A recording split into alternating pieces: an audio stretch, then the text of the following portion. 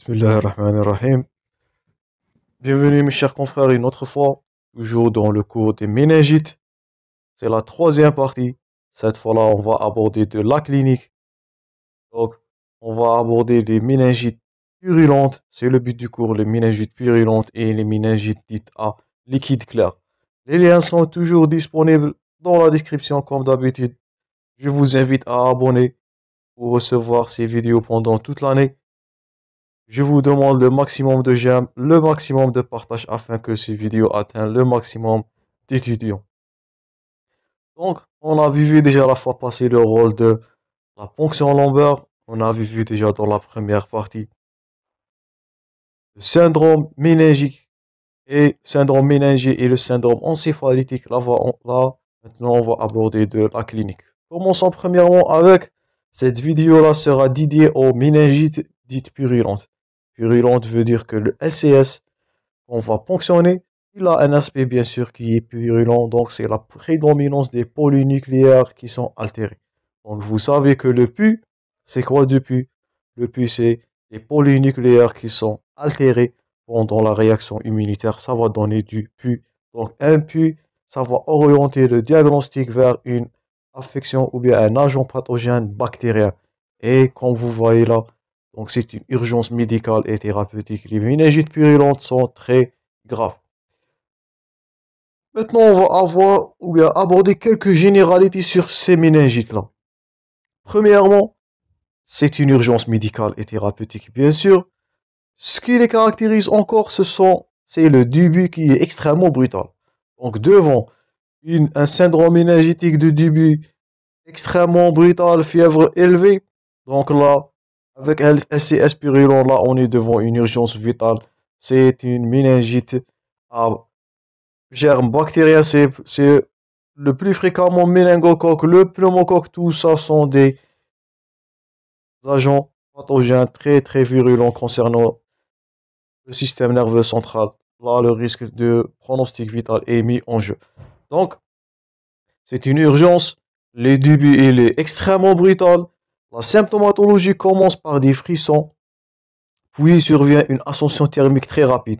C'est en plateau à 39-40 degrés, associé à une altération de l'état général, asthénie et installation d'un syndrome méningé. Donc le patient d'emblée, il n'a rien. Brutalement, il aura de syndrome méningé avec un état fébrile élevé à 39-40 degrés et un état général qui est très altéré. Là, c'est une urgence. Nous sommes devant une méningite purulente. Le diagnostic là, il est posé. Le traitement probabiliste ne va pas attendre les résultats bactériologiques comme on va voir. C'est le traitement en urgence comme on va voir dans la partie des traitements. Ces méningites purulentes, on a trois bactéries qui sont responsables de 90% de ces méningites purulentes chez l'adulte et l'enfant. Premièrement, le pneumocoque, le Streptococcus pneumoniae. C'est un coccigramme positif. Ça nous fait appel au cours de bactériologie. Je vous invite à consulter ces cours-là de coccigramme positif et coccigramme négatif. Les liens sont toujours disponibles dans la playlist de bactériologie. Les vidéos sont toutes enchaînées. Je vous invite à les consulter. Premièrement, c'est le pneumocoque, le fameux pneumocoque. C'est le deuxièmement, le méningocoque, le Neisseria meningitidis. C'est un coccigramme négatif. Et troisièmement, la listeria monocytogène. On a vu ça dans la troisième année, ce sont les listérioses. Parfois, ils vont donner de la méningite qui va être grave, surtout chez le nouveau-né. Donc, ces trois agents pathogènes-là sont les plus fréquemment redoutés pendant les méningites dites purulentes. Ils représentent 90% de ces méningites-là. Et on va les détailler, ces trois agents pathogènes, dans cette partie-là. Donc, le SIR, bien sûr, il va être purulent. Donc, c'est la mise en route. Là, c'est très important. Vous devez garder cette notion-là. Devant une méningite purulente, c'est la mise en route immédiate de traitement qui se pose sur des antibiotiques qui vont traverser la barrière hémato-méningée sans attendre les résultats. Dès qu'on voit des méningites purulentes ou bien un SIR qui est purulent, là c'est une urgence vitale. On ne cherche pas qui est l'agent pathogène responsable. On commence le traitement antibiotique probabiliste En urgence, le risque vital là, la vie du personne, le pronostic vital est mis en jeu. Ça, c'est très important. Vous devez retenir cette notion-là. Devant les méningites purulentes, c'est la mise en route immédiatement du traitement dit probabiliste. On n'attend pas les résultats bactériologiques pour confirmer le diagnostic. Notez ça bien. On a vu la généralité. Maintenant, les méningites bactériennes, quelle est leur voie d'invasion? Bon, premièrement, la voie hématogène. Donc, c'est une bactériémie. C'est le type du méningocoque. On a abordé ça dans le module de bactériologie. Le cours des coxigrammes négatifs est disponible dans la playlist. Je vous invite à le consulter. Parfois, il existe une propagation par contiguïté. Ce sont les téguments qui vont infecter les uns aux autres. Donc, à partir d'un foyer dit ORL. Donc, si on a la suspicion d'un foyer dit ORL, là, c'est le pneumocoque qui est le plus fréquemment redoutable dans ces bactéries, bien ces méningites bactériennes-là. Parfois, il existe une propagation à partir d'une brèche durmérienne. Donc, ça nous fait rappel au cours de traumatisme crânien en neurologie. Donc, les méningites post-traumatiques, c'est la pneumocoque. Les méningites post-neurochirurgicales. Donc, c'est la mauvaise asepsie. C'est la infection après un trauma ou bien post-chirurgical. Donc, ces trois-là, ce sont les modes d'attraper une méningite. Soit par voie hématogène, c'est le cas de méningocoque. À partir d'un foyer ORL, notez ça bien, c'est une question fréquente d'examen.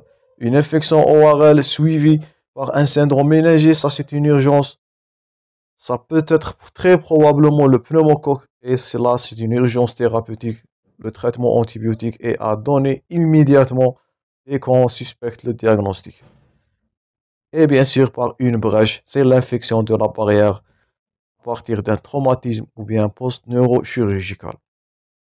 Donc, tout ça sont des voies d'invasion de ces agents pathogènes-là. Donc, c'est à craindre dans les circonstances-là de survenir. Donc, ça, c'était la voie d'invasion ou bien de pénétration de ces germes-là à travers la barrière hémato-encéphalique. Commençons premièrement maintenant avec le premier agent pathogène, le méningocoque, le méningite A, méningocoque, MCS, la méningo-cérébrospinale. Donc, c'est le Neisseria meningitidis là. Et on va le détailler. Donc, ce méningitidis, 5 à 50% de la population sont porteurs asymptomatiques. C'est la colonisation du méningocoque au niveau du nasopharynx. Donc, le méningocoque se colonise au niveau du nasopharynx. La durée de portage, elle est très variable de quelques jours à quelques mois. Ce méningitidis-là, il existe plusieurs sérotypes, mais la méningite A Neisseria meningitidis, la MCS, la méningite cérébrospinale, elle est plus fréquente chez l'enfant, l'adolescent, et elle est responsable d'une épidémie collective, surtout hivernale. Donc, devant un syndrome grippal hivernal, chez un enfant opéré en collectivité, là, c'est l'endémo-épidémie du Neisseria meningitidis, c'est le méningocoque. Donc, c'est une urgence. Donc, devant un enfant qui se plaint de céphalée en, en période hivernale, l'âge scolaire dans les collectivités avec des notions de cas similaires, là, c'est une urgence. C'est pour cela qu'on avait dit que la déclaration, je répète, dans les méningites, elle est obligatoire. Donc, toutes ces notions-là, vous devez retenir. C'est une conduite à tenir que vous devez la maîtriser. Donc, ça, c'est le premier critère de suspicion. C'est la survenue en période hivernale dans l'âge adolescent ou bien l'enfant en âge de scolarité, de collectivité. C'est l'état endémo-épidémique. Ça va poser une épidémie hivernale. C'est le méningocoque. Donc, tout ça, c'est à retenir pendant ou bien à investiguer pendant l'interrogatoire. Je répète, le rôle de l'interrogatoire est très important dans l'examen clinique. Donc, l'interrogatoire, c'est une étape majeure du examen clinique. Il ne faut pas la banaliser ou bien la sous-estimer. La contamination, elle est interhumaine directe. Donc la bactérie survit pas dans les milieux extérieurs. Elle survient lors de l'exposition proche ou bien prolongée aux sécrétions oropharyngées contaminantes dès l'immense majorité des cas. Donc la contamination d'une personne n'entraîne qu'une simple colonisation du nasopharynx. Mais exceptionnellement pour des raisons diverses, le méningocoque dissémine par voie hématogène jusqu'au méninge. Donc, il vit, il colonise le nasopharynx, mais dans des cas favorisants, il va donner des méningites qui est une urgence vitale. Donc, les facteurs qui favorisent cette bactériémie, c'est le premier contact. Un enfant non immunisé contre le méningocoque, ça va favoriser la survenue de la forme grave. On dit la forme céphalique ou bien méningite. La virulence de la souche. Il existe des souches, comme on avait dit, des sérotypes sont multiples. Quelques souches sont très virulentes par rapport à l'autre. La susceptibilité individuelle, c'est le déficit du facteur du complément, c'est l'immunodépression. Et bien sûr, les lésions de muqueuses respiratoires, notamment post-grippales. Donc, le méningocoque, c'est à craindre en période devant un syndrome grippal survenu hivernal. L'épidémie là, c'est la méningite cérébrospinale, c'est la MCS. C'est une urgence vitale à déclaration obligatoire. Ça, c'est ce que vous devez retenir de cette plaque-là. C'est le premier agent pathogène, c'est le méningocoque, ou bien la méningite à méningocoque. Deuxièmement, la clinique et l'évolution de cet agent pathogène. Là, il faut faire attention aux signes cliniques, ce sont des signes de gravité. Donc, après une incubation de 1 à 3 jours, le début, bien sûr, il est brutal. Nous sommes devant des méningites bactériennes. Le syndrome méningé avec une porte d'entrée rhinopharyngite.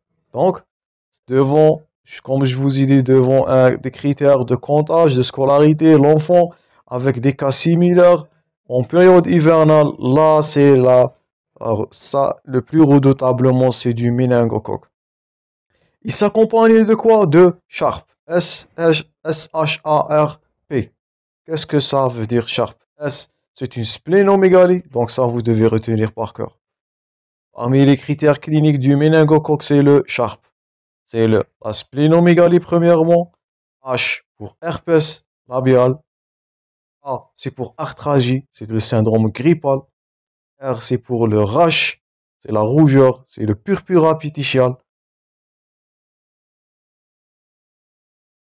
Qui désigne la lettre P. Donc, on répète, SHARP, splénomégalie, herpès, arthralgie, rash, rougeur qui est déterminé par des purpura dites péticiales.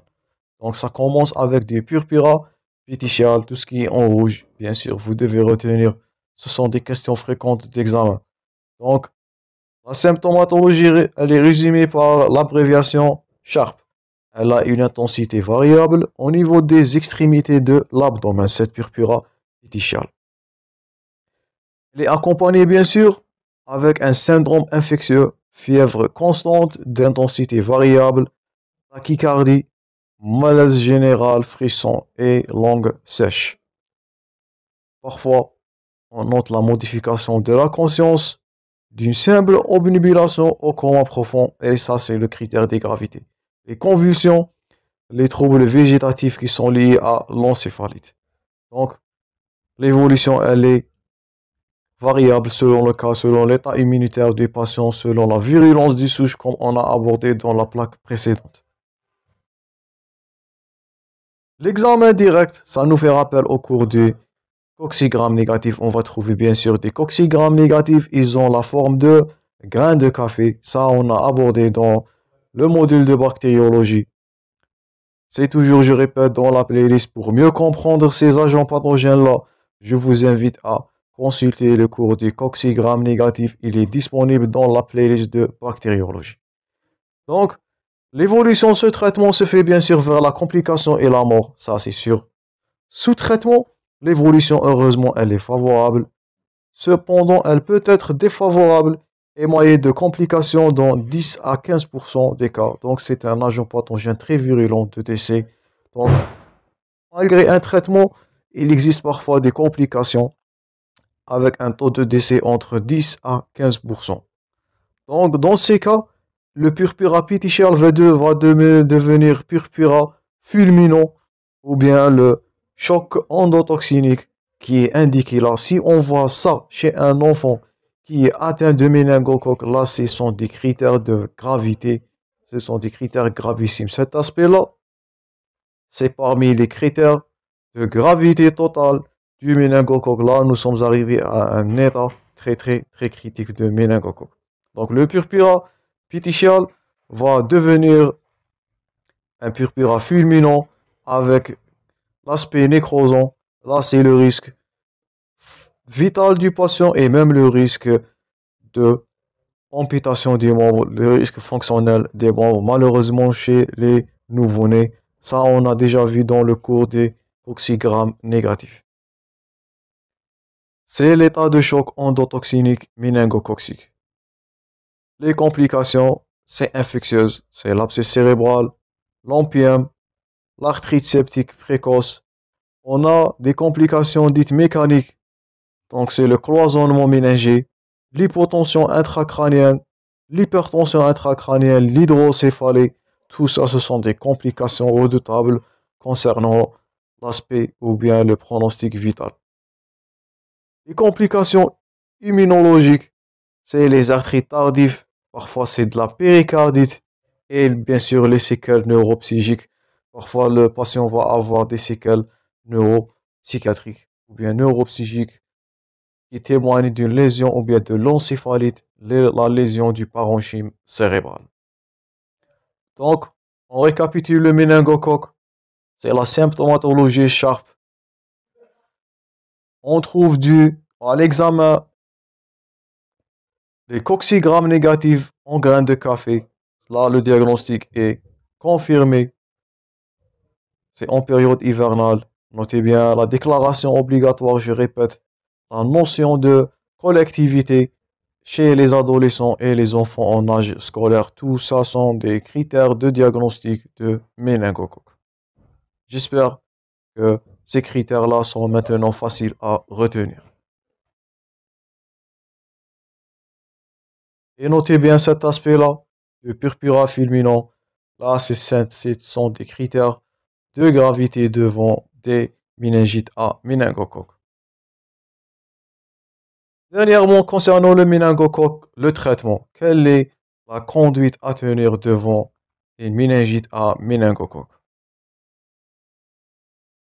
D'abord, premièrement, c'est l'hospitalisation, l'isolement. On ne veut pas que ce patient va coloniser ou bien ce méningocoque colonise d'autres nasopharynx, des personnes en contact avec le patient. L'antibiothérapie en urgence. Donc, et on n'oublie pas la déclaration obligatoire. N'oubliez jamais la déclaration obligatoire devant les méningites. Et bien sûr, le traitement curatif selon le consensus national. Donc, c'est de l'amoxicilline ou bien l'ampicilline, le traitement de première intention devant les méningites à méningocoque. Donc, vous devez retenir les traitements. Pas de la posologie, mais vous devez retenir les traitements devant chaque méningite. Donc, devant le méningocoque, le traitement de choix de première intention, c'est l'ampicilline. Bien sûr, pendant 8 à 10 jours. Il existe des alternatives selon le cas. On a premièrement, c'est le ceftriaxone. C'est les céphalosporines de 3e génération. Si l'allergie au bêta-lactamine, dans ce cas-là, on peut utiliser le thiamphénicol en cas d'allergie au bêta-lactamine. Donc, thiamphénicol, ça nous fait rappel au cours du traitement de fièvre typhoïde. C'est toujours dans la playlist, je vous invite à consulter. Donc, si on récapitule, 3 molécules sont efficaces devant le méningocoque. C'est de l'amoxicilline, la pénicilline A, l'ampicilline en première intention. En deuxième intention, c'est les céphalosporines de 3e génération. C'est le céfotaxime, le ceftriaxone. Et troisièmement, c'est le thiamphénicol si d'allergie au bêta-lactamine. Donc, vous devez retenir ces 3 molécules-là. Ça peut être des questions d'examen. Donc, vous devez retenir le traitement des méningites. autant que médecin généraliste, ça c'est parmi les compétences que vous devez maîtriser. On répète, les molécules actives sur le méningocoque, c'est l'amoxicilline, c'est le ceftriaxone ou bien le cefotaxime, c'est les céphalosporines de troisième génération. En cas d'allergie, c'est le thiamphénicol. Le traitement de la fièvre typhoïde est utilisé là. Les thiamphénicols, ils sont utilisés là en cas d'allergie au bêta-lactamine. Donc ça, c'était le traitement curatif. Deuxièmement, le traitement symptomatique. Donc c'est le repos, c'est l'apport hydroélectrolytique, les antalgiques, les antipyrétiques, anti-émitiques, anticonvulsivants. S'il y a une confusion, soit intensif dans les formes graves, c'est le purpura fulminant. Malheureusement, là, ça nécessite des soins intensifs. Le pronostic vital est engagé là maintenant. Concernant la prophylaxie, c'est la déclaration obligatoire, c'est médico-légal. N'oublie jamais cette déclaration obligatoire devant le méningite. On a la vaccination, heureusement. Elle est tétravalente concernant les souches A, C, Y et W. Elle est bivalente B et C aussi. Et on a de la chimioprophylaxie de l'entourage. Elle repose sur l'administration de la spiramycine, c'est la rovamycine. Donc, c'est la conduite thérapeutique. C'est un traitement curatif, un traitement symptomatique. On n'oublie pas la déclaration obligatoire. Et dernièrement, la chimioprophylaxie de l'entourage par la spiramycine. Donc, j'espère que tous ces points forts-là, vous allez les retenir. Ce sont des questions fréquentes d'examen. Ça, c'était le méningocoque avec tous ces points forts. J'espère que la conduite à tenir devant la méningocoque est maintenant plus facile à retenir. On va passer au deuxième agent pathogène, c'est le fameux pneumocoque. Donc, comme on a dit précédemment, donc, la phase ou bien la voie de diffusion, c'est à partir d'un foyer ORL. Donc, des critères de céphalie avec un syndrome méningicieux qui suit une infection ORL, sinusite, otite, mastoïdite. Ça va évoquer la brèche d'ostéoméningie. Et là, c'est le pneumocoque qui a donné de la forme méningée, c'est la méningite à pneumocoque. Et c'est une urgence vitale aussi. Donc, elle diffuse à partir des voies hématogènes, à partir d'un foyer profond, c'est le cas du poumon. Donc, si on a le critère d'infection d'un foyer ORL ou bien une infection pulmonaire suivie par un syndrome méningé, des céphalées, des raideurs de la nuque, tout ça est en faveur d'une infection à pneumocoque. Donc, faites attention au cas clinique. Le comptage hivernal, il est en faveur de méningocoque, mais les infections ORL et les foyers pulmonaires, les infections pulmonaires suivies par les syndromes méningés, ça c'est en faveur du pneumocoque. Là, c'est très important à diagnostiquer. Pourquoi? Parce que les traitements vont différer. Donc, chez les méningocoques, c'était l'amoxicilline qui était la molécule de choix. Devant le pneumocoque, c'est la pénicilline qui est utilisée comme molécule. Il est sensible dans la pénicilline, comme on va voir. Donc, il va disséminer à partir d'un foyer pulmonaire. Heureusement là, il n'y a pas de transmission interhumaine. Mais il est grave et il est plus fréquent chez l'adulte que les enfants. Donc vous voyez que le terrain favorisé, ça diffère du pneumocoque au méningocoque. Donc vous devez différencier entre les méningites à pneumocoque et les méningites à méningocoque. Ce sont des deux méningites différents dans la voie de dissémination, le terrain favorisé, la symptomatologie et même le traitement. Donc la mortalité là, elle est élevée chez les enfants inférieurs à 2 ans et les vieillards à cause de l'immunodépression. Il est responsable à la plupart des méningites récidivantes en présence des facteurs favorisants. Donc si on voit, il n'est pas quand il n'y a pas de transmission interhumaine, mais ce pneumocoque-là, il est responsable de récidive malheureusement. Donc si on est Si on est devant une récidive de méningite, l'agent pathogène à craindre en premier lieu, c'est le pneumocoque. Ou bien, c'est le Streptococcus pneumoniae. C'est un coccigram positif en forme de diplocoque. Donc, le méningocoque, c'était 2 grains de café. Là, le pneumocoque, on va l'observer en examen direct sous la forme des diplocoques à grammes positifs. Deuxièmement, la clinique et l'évolution. Le début qu'on a dit de méningite purulente, il est brutal. Le syndrome méningé, il est fébrile, bien sûr associé à des troubles neurologiques, allant d'obnubilation au coma, les convulsions, les troubles végétatifs et bien sûr parfois les encéphalites. Là, les terrains favorisants, ça diffère. Le terrain favorisant du pneumocoque, c'est le VIH, l'immunodépression à VIH. Parmi les premières infections opportunistes à avoir, c'est la méningite, ou bien à craindre, c'est la méningite à pneumocoque. Donc, l'éthylisme, la splénectomie et les drépanocytoses. Donc, ça, c'est très important. Vous devez retenir ces critères favorisants-là. Chez le méningocoque, on avait dit que c'était l'enfant et la collectivité. Avec la notion d'épidémie hivernale, là, c'est totalement différent. C'est le VIH, c'est l'éthylisme, la splénectomie et le drépanocytose. La porte d'entrée, bien sûr, c'est ORL. Parfois, c'était un traumatisme crânien, ou bien, comme je vous ai dit, c'est un foyer pulmonaire qui va se disséminer d'une voie hématogène. Il va donner de la forme méningée. C'est la méningite à pneumocoque. Donc, la physiopathologie, vous devez la retenir et vous devez différencier entre les deux manifestations, entre le méningocoque et le pneumocoque.